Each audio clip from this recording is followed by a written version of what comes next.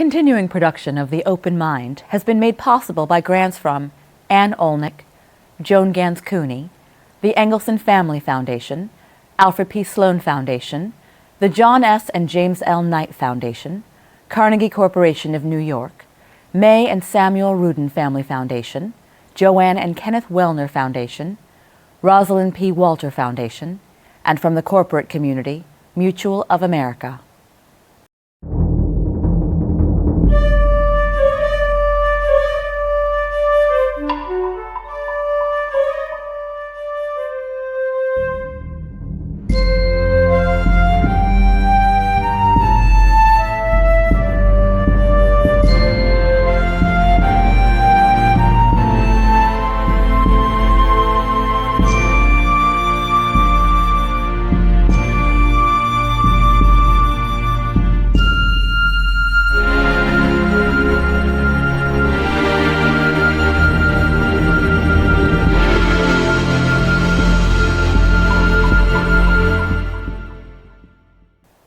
I'm Alexander Heffner, your host on The Open Mind. Today's show is a special treat. A most timely guest joins us again. I say again because this masterful spy novelist appeared with my grandfather nearly a decade ago. A former CIA operative, Joe Weisberg is the creator of the brilliant Emmy-nominated series The Americans, a riveting psychological thriller of Cold War history. For those of you who haven't followed this tour de force, I implore you to binge the first 4 seasons. The basic plot is 2 Soviet intelligence agents, so-called illegals, pose as a married couple to spy on the American government.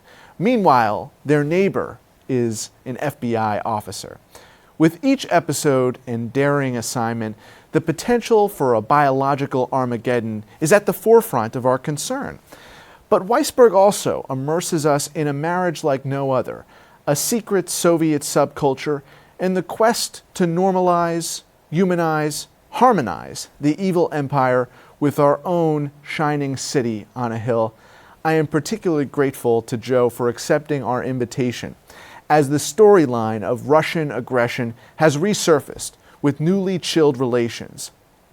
What our intelligence agencies are declaring a war of cyber espionage against us. Joe, it's a pleasure to meet you. So nice to be back. Are you surprised about this real-life turn of events just in the course of the last year or so? The whole thing is mind-boggling. You know, when we started the show, the U.S. and Russia were doing fairly well. They were not sort of enemies at that point. Everybody was getting along. The Cold War had ended. Things were peaceful.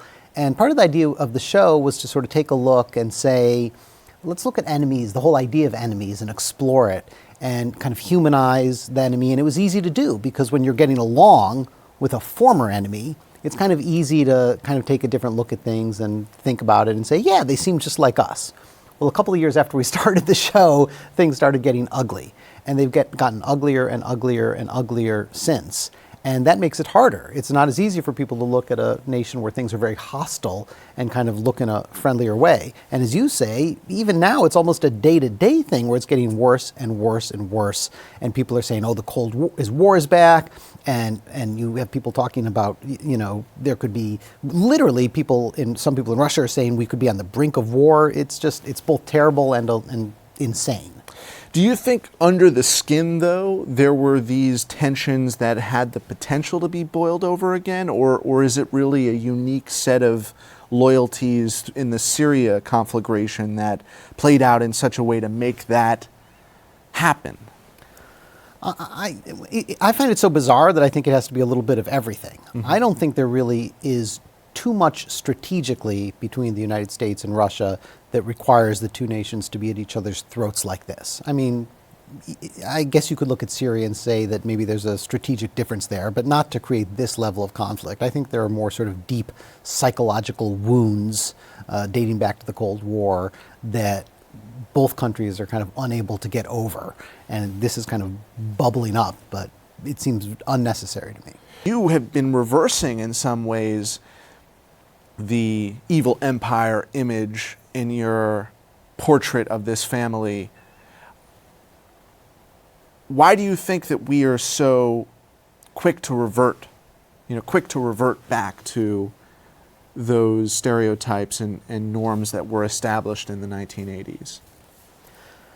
It's probably easiest for me to, rather than say why we do it, which is a tough question. I don't know for sure why we as a society want to do that, but I can look at myself and say why I wanted to do it, because I used to very much believe in the kind of fairy tale of the evil empire. I was brought up on that, not so much in my family, because I don't think my family necessarily thought that way, but in our country, I was, as a kid, listened to Ronald Reagan saying, that's an evil empire, and I thought, that's right, I agree with that, I feel that same way, and I was fed on a kind of steady diet of news and stories and information that was almost exclusively everything wrong and everything sick and everything bad about the Soviet Union, and a lot of it was true, maybe even most of it was true, but it was one-sided. That was all that we heard. That was all that was presented were the ills of that society. So imagine if, and you don't have to imagine it because I think it happens in other societies too, if you only took the things that were wrong and the things that were sick and the things that were ill about our society, and you continuously pumped them into the brains of people in another country, what would they think about us? So that was the effect that it had on me. I only knew what was wrong with the place. And eventually, after enough of that, when somebody started saying that's an evil empire, I thought, of course, that's right.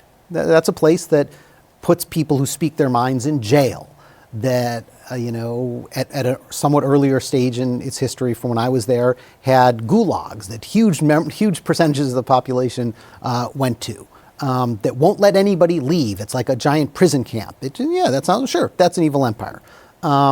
So I could give you a whole different set of explanations, but that's one way to look at it for how an individual might start to think that way, and you lose all nuance and you lose all dimensionality about how to view a society. In a recent Q&A that you did, there was a question that I'm often struck by the relevance of themes from the show. And you say, we work hard to keep ourselves in a bubble so we don't write to modern day themes. Now, with the ongoing efforts of cyber espionage and what has been deemed by our intelligence agencies as not just a credible threat, but the ongoing underground cyber warfare, it seems inevitable that in some way the show now is going to resonate with folks in a much more moment-to-moment sense. Is that affecting at all the way that you and your colleagues are writing it? I hope not. I think it's okay and even good if it resonates for people in terms of what's happening in modern times. But what I think is important is that as we write it and as we think about it, that we don't let the present intrude. So that's the thing about a bubble. We have an office over by the Gowanus Canal, and we have a big board that occupies an entire wall that we have covered with sort of news clippings and photos of things from the 1980s, and we really try to live in that space. I mean, we don't quite dress in 80s clothing. We're not like method actors. We're not maniacs about it. We read the newspaper, but what we try not to do is ever, when breaking a story or thinking about the themes of our show, we try never to say or to think, oh, this will resonate with what's happening today, or this would be a great metaphor with what's happening today, because we really want it to exist in that period bubble and not let the present intrude, because it would make the stories of the 80s false. Mm-hmm. It would seem that they were a writer creating that and trying to think from the future in a sense.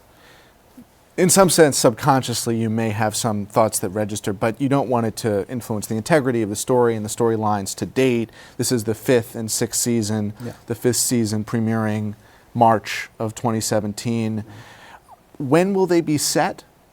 Or is that to be determined? You mean what year? What year? Well, as this story is evolving from sort of early to mid-Cold War, 5th and 6th seasons are approximately when, time-wise? Well, we'll be in 1984 as we come up to the 5th season, but we don't know yet about the 6th season exactly when it'll be. We've been surprised by how slowly it moves. We started out, I think, in I can't remember if it was 80 or 81, but I think when we started out, if you had asked us, we would have said, well, we may make it to the fall of the wall by season 5, who knows? But in fact, it turned out that our storytelling just moves slowly. We move a week per episode sometimes, and so a season may only cover a couple of months. So, and we tend not to take big leaps between seasons. We did one big leap in season 4 where we did a time jump that covered about, I think, 7 months or so. But except for that, we'd seem unable to traverse large jumps of time. So you will be honing in on the continuing proliferation issue, nuclear proliferation, as opposed to the cyber issues. But I must ask you... We're not going to get to cyber issues. but I must ask you, or Joe, I don't know if the word cyber was even around. Right. Given the feuding that's occurred over the last several months, over the last year really, would it surprise you if there are Russian agents who were in the clothing of Americans attempting to influence boards of election? That would surprise me. There's nothing in the history of Soviet espionage that I've ever seen to suggest that capability. A lot of the history of Soviet espionage involves illegals and also KGB officers in embassies trying and wanting around the world to do things like that, but not having the capability. Because if you think of what it would take for a foreign agent to have that ability, it's pretty amazing what they'd have to be able to do. I mean, think about an American being able to have that capability, what they would have to do to put themselves in a position to actually influence a ballot box. It's pretty incredible. Now think about a foreign agent being able to have the sort of both cultural awareness and understanding and ability and power and influence to put themselves in that ability, or in that position. There's no story of a Soviet agent that was ever able to get themselves in that position. There are a lot of stories, almost endless stories, of Soviet intelligence officers who reported back to Moscow how they did influence elections and influenced events in foreign countries because they wanted to make themselves seem important. It was less often that they had influenced a ballot box. It was much more often that they had successfully placed items in the foreign press, had gotten agents of theirs who had influence in politics to talk to a person or vote this way or do this or that, which they then claimed had tremendous influence on events and elections around the world. But these were universally enormous exaggerations of very small things they did that probably had very little consequence. So I cannot imagine a situation like that. In the show, one example of that is bugging, wiretapping the home of an American dignitary, right. Someone affiliated with the CIA or the State Department. So that kind of activity likely occurred in real life. Well, again, we don't, one of the tricky things about intelligence is we don't know what we don't know. Mm-hmm. The historical precedent for that sort of inspired that story was there was one incident where Soviet intelligence services somehow managed to get a bug inside a congressional office. I can't remember exactly what type of congressional office, but it was somewhere in Congress, and it was discovered the next day. So I don't know how to answer your question. The Soviet archive, the archives of the KGB, miraculously, almost the entire archives were stolen and smuggled out to the West. A guy named Mitrokin, who was the KGB archivist, sounds like a kind of reverse WikiLeaks. yeah, that's right. That's exactly right. He was. This could only happen. Could only happen in reality. This could not happen in fiction. The guy they gave the job of moving the archives when the KGB was moving their headquarters I think he was given, I don't know, maybe 10 years to do it. It was a big job. And as he did it, he, on little tiny note cards, copied the entire archives. It's incredible, right? I mean, imagine how vast these archives were. And then every weekend he took these little note cards and he took them out to his summer dacha and hid them under the floorboards. And after a decade, he defected and took the whole thing to the West. So the West has the archives of the KGB. I don't believe they're 100% complete, but they're very extensive. And that's how we know a lot of what we know about illegals and a lot of what we know about the history of the KGB. There is nothing in there about top officials' homes being bugged or things like that.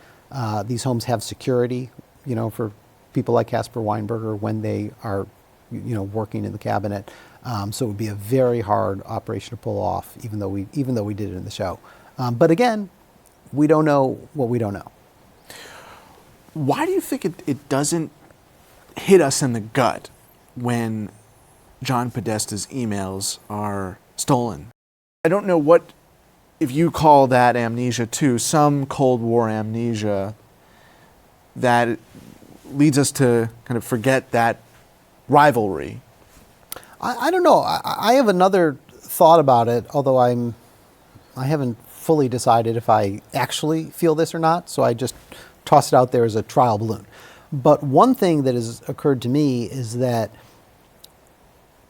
maybe this is how the conflict plays out now, and it's just this.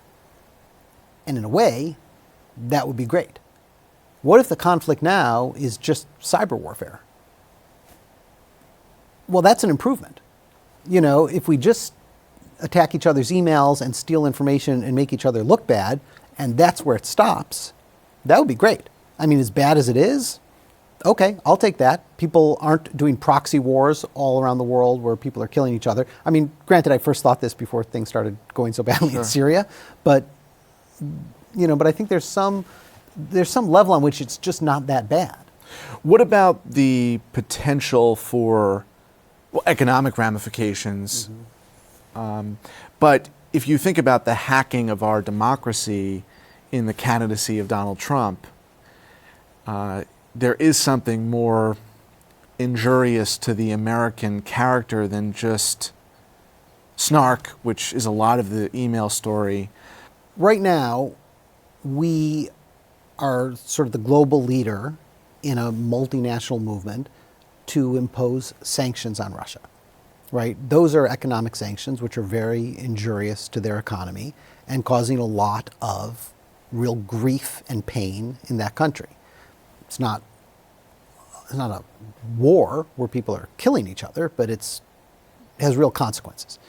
Now, it's hard. You get in this sort of never-ending question of who started it, which is one of the problems with international politics and one of the problems with trying to deal with what we were talking earlier about, sort of what is this battle and what is this thing? How did it happen? And you were saying, does it go back to the Cold War and just these sort of psychological things, or is it Syria? It's impossible to answer. Mm-hmm. So I'm not actually suggesting that some of these things were not going on before the sanctions. Some of them were, but they weren't quite as bad. They've gotten stepped up and gotten a lot worse. So let's look at some of the things we did and some of the things they did. All right, so we imposed these sanctions, which is a really, really heavy thing to do, right? That's a serious action against another country. So let's say that some of this is retaliation for that. But as retaliation, it's mild compared to that. You say, they're interfering in our elections. Well, that's a horrible thing to do. They're undermining our democracy. But we are attacking their economy, which can handle it a lot less than our democracy can handle that, right? They already have a struggling economy, and we're undermining it with sanctions. So as retaliation, I don't know. I'm not sure that's so horrible.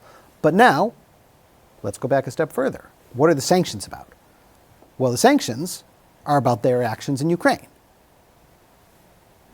Okay, I don't even know what to say about that. I just forget my opinion. I don't even know if I have an opinion. You get 10 different people, they'll have 10 different opinions about whether or not our sanctions are reasonable, unreasonable, make any sense as a retaliation for what's going on in Ukraine, or whether or not, and I guess this is probably the closest thing to my opinion, whether or not we have standing to retaliate against them for what's going on in Ukraine. And you can just keep going back and back and back and back and back forever, and this becomes a story of how two nations end up in a conflict that I don't think they even need to be in. Right, and interestingly, needless is what Donald Trump has suggested that this conflict is. On the one hand, he's really said, we don't need this. There happens to be a total of one thing that I agree with Donald Trump on. One thing. That's it. Right. And I asked you the question before about the possibility of these illegals at our poll sites, because in the show, the two protagonists immerse themselves fully in American culture as travel agents. And everyone except, well, you'll watch, I don't want to spoil the first 4 seasons, but nobody really knows who they are except, who finds out. And so that is what led me to the question about, whether or not it was possible that those kinds of agents could be in the field as polling officials or U.S. government officials in some way, Right. Attempting to influence the election. But I see. You were saying, for example, look at those 10 illegals. Could one of them gotten a job at a polling place? right. And meanwhile, it seems like from Ukraine or Russia, these operatives, the cyber operatives, are able to download the lists of American voters.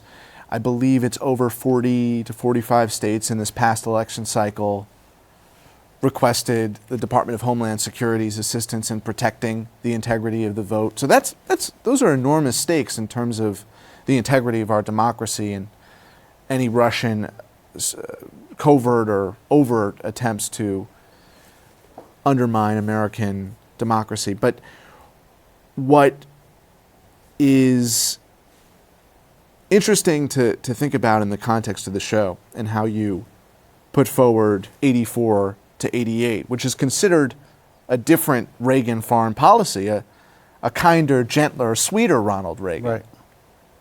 Concerned with nuclear proliferation and using the vehicles of diplomacy. This is relevant now because the Democrats are accusing the Republicans of McCarthyite tactics. The Republicans are accusing the Democrats of the same kind of McCarthyite tactics. Who's red? I just wondering what your insights are into this.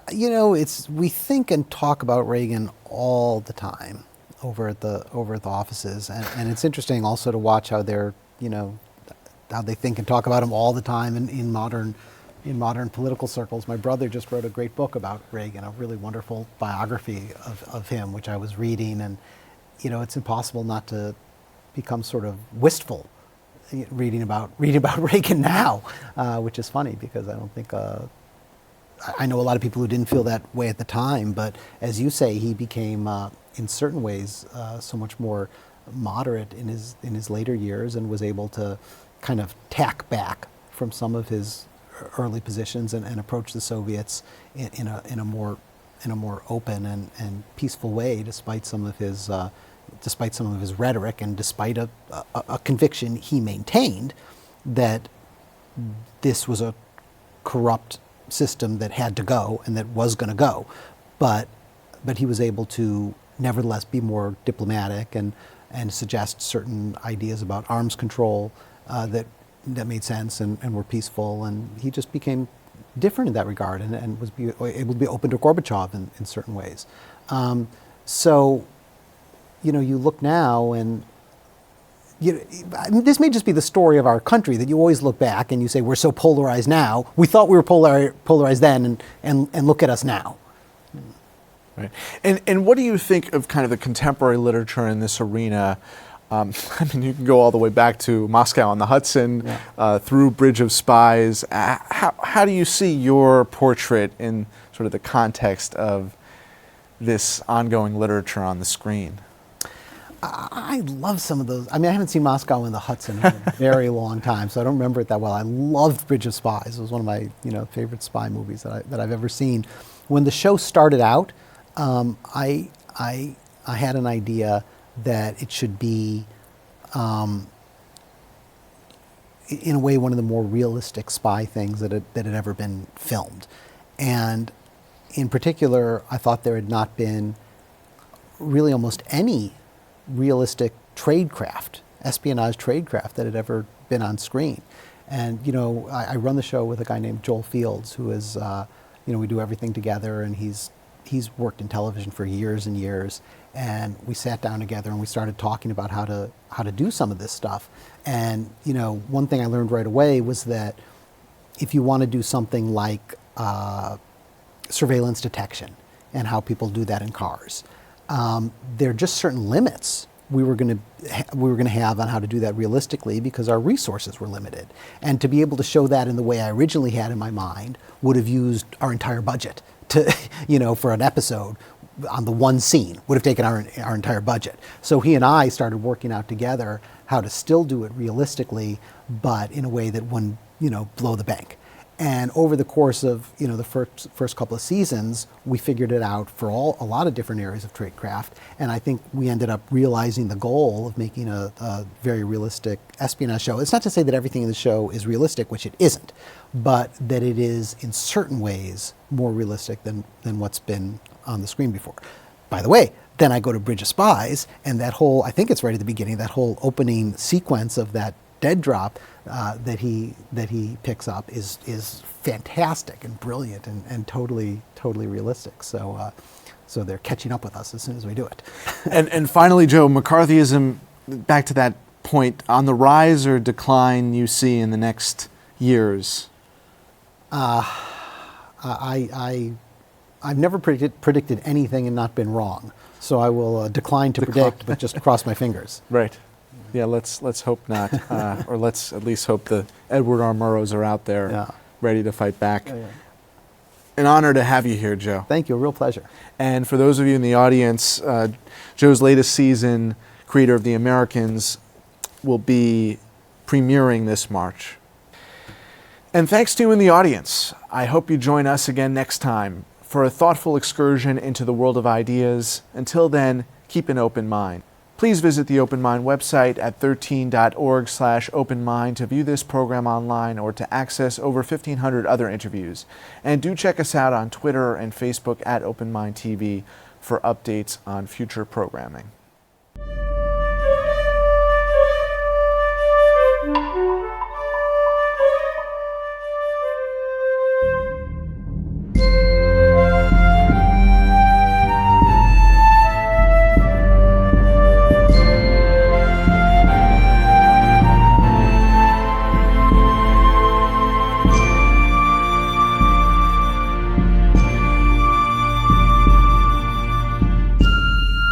Continuing production of The Open Mind has been made possible by grants from Anne Olnick, Joan Gans Cooney, the Engelson Family Foundation, Alfred P. Sloan Foundation, the John S. and James L. Knight Foundation, Carnegie Corporation of New York, May and Samuel Rudin Family Foundation, Joanne and Kenneth Wellner Foundation, Rosalind P. Walter Foundation.